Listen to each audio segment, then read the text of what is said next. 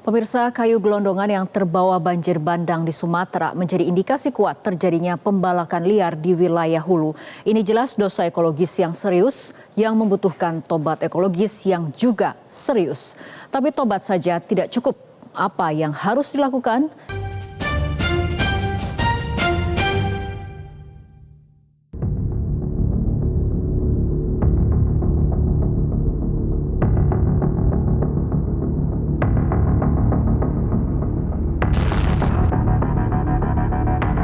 Inilah salah satu momen ketika banjir bandang di Sumatera membawa material kayu gelondongan dalam jumlah yang luar biasa banyak.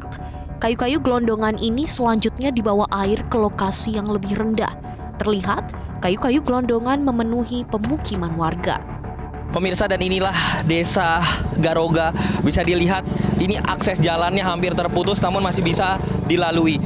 Pemirsa, saya akan ajak Anda kembali melihat bahwa banyak sekali kayu-kayu yang dibawa oleh arus banjir bandang dan tersangkut di rumah warga seperti yang ada di layar kaca Anda saat ini. Memang material yang dibawa oleh banjir bandang ini tidak hanya lumpur dan pasir saja, melainkan juga adalah material kayu yang ukurannya tidak kecil, melainkan kayu dengan ukuran yang besar, pemirsa. Saya akan menunjukkan kepada Anda bagaimana hancurnya wilayah ini. Dan ini, pemirsa, batang kayu yang ada di layar kaca Anda. Ini adalah batang kayu yang terbawa oleh arus air banjir bandang. Pemirsa, bisa dilihat ini adalah visual dari sungai yang sudah penuh dengan material kayu. Tidak tahu kami, pemirsa, material kayu ini datang dari mana. Namun yang jelas, pasca banjir bandang begitu banyak material kayu yang hanyut. Tidak hanya kayu kecil, namun juga batang kayu berukuran besar. Pemirsa, saya akan ajak Anda untuk melihat ini adalah salah satu kayu yang ada dibawa oleh arus air. Ini berdiameter mungkin lebih dari 1 meter, pemirsa, hanyut di bawah arus air dan menerjang rumah warga.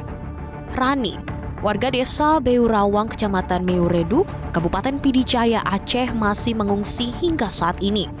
Ia menyebut banjir memang kerap terjadi di sekitar rumahnya tiap tahun, namun tidak pernah separah ini.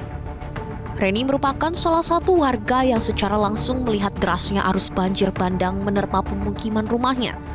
Ia berharap pemerintah menghentikan pembalakan liar yang memicu banjir bandang. Kami yang warga kecil, tolong jangan tebang-tebangin lagi hutan. Kami yang orang kecil susah sini. Ini kan gara-gara hutan, Kak, kayu yang dipotong kan. Kami yang rakyat kecil yang kena. Itu aja harapannya, kalau bisa jangan banjir lagi setiap tahun, Kak. Tolong dirapiin Pidijaya ini, perhatiin rakyat kecil. Jika memang ada kesalahan dalam hal ekologi atau lingkungan, yang tentunya hal ini berlangsung dalam waktu yang lama. Tidak hanya perbuatan setahun 2 tahun saja, mestinya hal ini menjadi tanggung jawab bersama. Namun Menko Bidang Pemberdayaan Masyarakat, Muhaimin Iskandar, malah seakan-akan langsung tunjuk hidung dalam persoalan ini. Bahkan di depan publik, dia mengaku telah mengirim surat kepada sejumlah menteri di Kabinet Merah Putih, yaitu Menteri ESDM Bahlil Lahadalia, Menteri Kehutanan Raja Juli Antoni, dan Menteri Lingkungan Hidup Hanif Faisal Nurofik. Dalam surat itu, ia mengajak mereka melakukan tobat nasuha, menyikapi bencana banjir dan longsor di Sumatera. Menko Pemberdayaan Masyarakat Muhaimin Iskandar menjelaskan bahwa tobatan nasuha yang dimaksud adalah mengevaluasi ulang semua kebijakan yang berhubungan dengan alam, mulai dari perencanaan hingga pelaksanaannya. Hari ini saya berkirim surat ke Menteri Kehutanan, ke Menteri ESDM, ke Menteri Lingkungan Hidup untuk bersama-sama evaluasi total seluruh kebijakan, policy, dan langkah-langkah kita sebagai wujud komitmen dan kesungguhan kita sebagai pemerintah.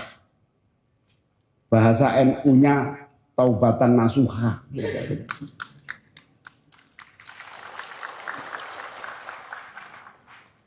Taubatan nasuha itu kuncinya satu, evaluasi total policy, semua aspek dari sejak kita berpikir, melangkah, dan berbuat.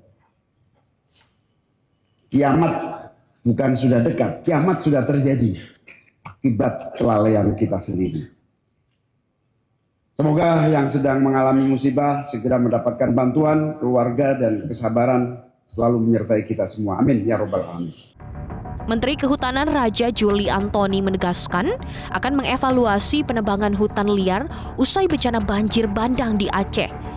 Presiden Prabowo Subianto disebut sudah memberikan perintah tegas. Menurut Raja Juli, evaluasi akan dilakukan ke sejumlah sektor, salah satunya aturan soal pembalakan hutan. Pemerintah juga akan menetapkan hutan adat yang wajib dikelola oleh masyarakat sekitar. Keputusan itu diambil agar masyarakat turut membantu menjaga hutan. Hutan adat dipastikan memiliki kepastian hukum agar bisa dikelola dengan baik. Saya mengucapkan bela sungkawa, duka mendalam terhadap bencana yang dihadapi oleh saudara-saudara kita di Aceh, Sumatera Utara, dan juga Sumatera Barat.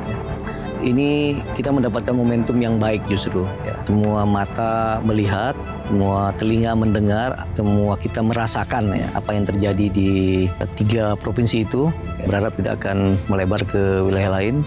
Tapi ada momentum yang baik ya, untuk kita mengevaluasi, introspeksi ya, bahwa ada yang salah nih dari pengelolaan hutan dan lingkungan hidup kita. Sementara itu, LSM Wahana Lingkungan Hidup, Walhi meminta komitmen yang serius terhadap apa yang disebut sebagai tobat nasuha dan evaluasi kebijakan itu. Jangan sampai pernyataan itu hanya upaya menyenangkan masyarakat saja. Yang kita harapkan, jangan sampai kemudian evaluasi ini ya sebagai sebagai upaya untuk memberikan kesenangan kepada warga. Saya ambil contoh kenapa harus kita wanti-wanti. Contohnya sekali lagi seperti yang terjadi di kasus Pagar Laut. Nah, ketika semua kekuatan negara diturunkan, Menteri bicara, DPR bicara, DPD bicara, faktanya hari ini pagar yang di Bekasi pun saya turun tanggal 16 September belum dicabut. Yang di Tangerang saya tanggal 14 November kemarin datang ternyata malah direklamasi. Berarti ini kebanyakan ilmu kibologi yang dipakai. Kerusakan akibat banjir bandang dan longsor di 3 provinsi di Sumatera kali ini diyakini sebagai akibat perbuatan dosa ekologis berupa pembalakan dan penambangan liar.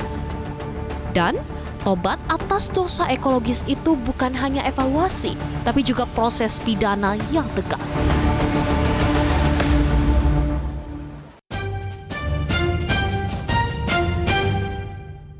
Jelajahi cara baru mendapatkan informasi. Download Metro TV Extend sekarang.